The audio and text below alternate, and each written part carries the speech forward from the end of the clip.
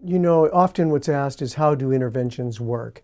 And typically, there is a phone call to an intervention specialist where they're referred by a family member, or they're referred by a treatment center or a therapist.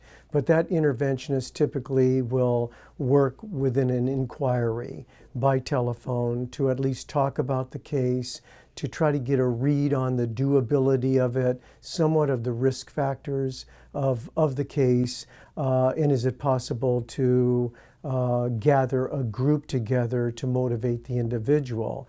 But when we're talking about how it works, I'm a believer that intervening is a psychic jolt. So it is to create an epiphany within the individual that they'll try to get the help for the people in the room. If not, they're feeling they might just have to do it for one individual in the room. Usually if you ask the client, do you want to go get help? They'll say no for themselves. But will they get help for other people? Yes, they will.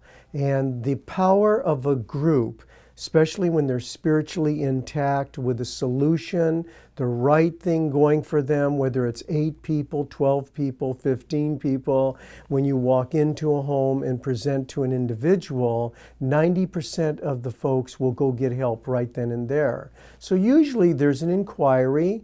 It can start with that. Then typically an interventionist will do a preparation of the individuals that are going to be a part of the intervention, sometimes by phone, getting a read further with some people that are standoffish or concerned.